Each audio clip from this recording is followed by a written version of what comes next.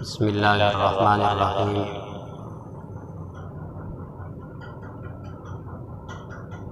नहमदुहु व नुसल्ली अला रसूलिहिल करीम। अम्मा बअद फ़अऊज़ु बिल्लाहि मिनश शैतानिर रजीम। बिस्मिल्लाहिर्रहमानिर्रहीम। वाहिदना इला इब्राहीम व इस्माईल अन तहिरा बैतिय लित्ताइफ़ीन वल आकिफ़ीन वर्रुक्काइस सुजूद। वक़ाल नबी सल्लल्लाहु अलैहि वसल्लम मन अतकफ़ यौमन इब्तिग़ाअ वजहिल्लाह जअलहु बैनहु व बैनन नार सलासा फ़नादिक़ कुल्लु ख़ंदक़ अबअद मिम्मा बैनल ख़ाफ़िक़ैन। सदक़ल्लाहुल अलीयुल अज़ीम व सदक़ रसूलुहुन नबियुल करीम। अज़ीज़ान व मोहतरम नंदा मजलिस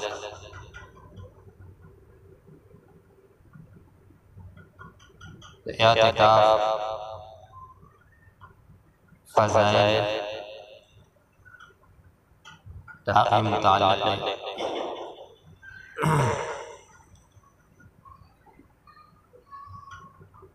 एअतिकाफ को ढेर फज़ीलतुन है नन्ना यो मजलिस के ताक़ी पूरा के दिल मुश्किल है तो इंशाअल्लाह सबनन वशी सबा सबा हुई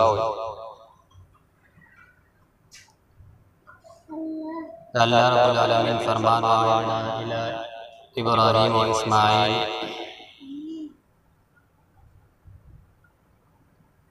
अन तहिरा बैतिय लित्ताइफ़ीन वल आकिफ़ीन। जिसे कि दे एअतिकाफ दा फजीलत ख़ारद कि इब्राहीम अलैहिस्सलाम इस्माईल अलैहिस्सलाम द खिदमत यो खिदमत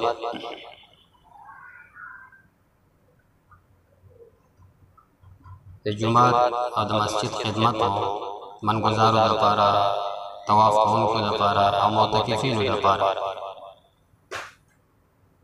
नबी करीम सल्लल्लाहु अलैहि वसल्लम फरमान में मन अतकफ़ यौमन इब्तिग़ाअ वजहिल्लाह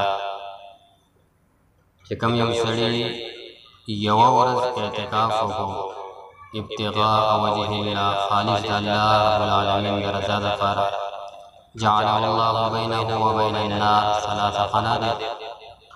अल्लाह रब्बुल आलमीन दागा सड़ी और द जहन्नम का मंस की दरी खंदक़ुना आड़ जोड़ी कुल्लु खंदक़ अबअद मिम्मा बैनल ख़ाफ़िक़ैन। हर यौ खंदक़ फासिला ज़मकी और द आसमान ना ज़्यादा सूरह लोई फजीलत कि यवी वेज़ी द एअतिकाफ दुमरा फजीलत निचले सूरह लो द एअतिकाफ अंदाज़ा लगलगी। इमाम ज़ुहरी रहमतुल्लाह अलैह फरमान ने जमात पर खल्क़ माई ताज्जुब ने खल्क़ को सुन्नत एअतिकाफ पर खो दे और नबी करीम सल्लल्लाहु अलैहि वसल्लम हालत दाव नबी करीम सल्लल्लाहु अलैहि वसल्लम द एअतिकाफ हमेशा को कल जे मदीने मुनव्वरी का नबी करीम सल्लल्लाहु अलैहि वसल्लम हिजरत को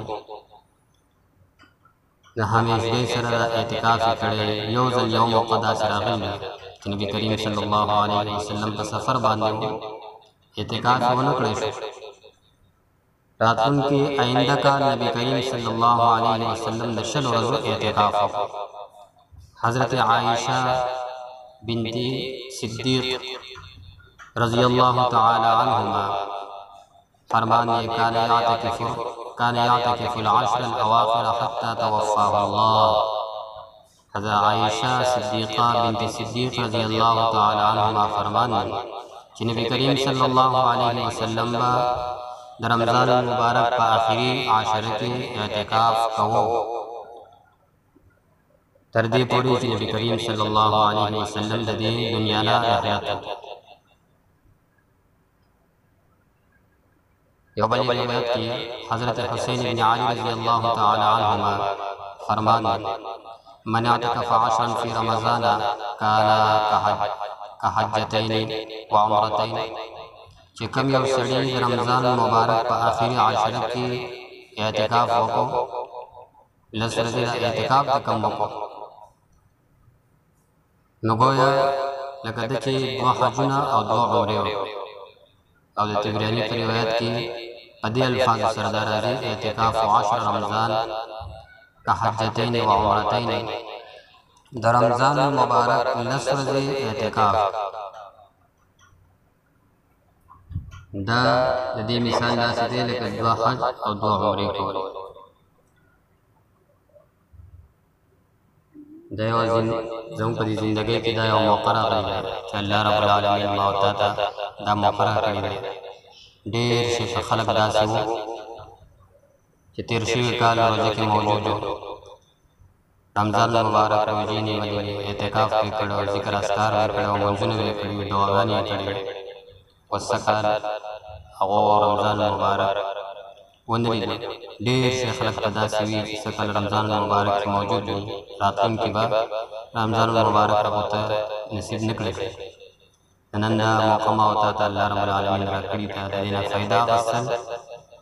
او اگر چې یو سړی اعتکاف وکړي، د پوره محلې نه یو سړی اعتکاف وکړي، د هغه اعتکاف خو به ټول د ذمې نه خو به خبره لرې شي، خو چې مونږ به محرومه پاتې شو.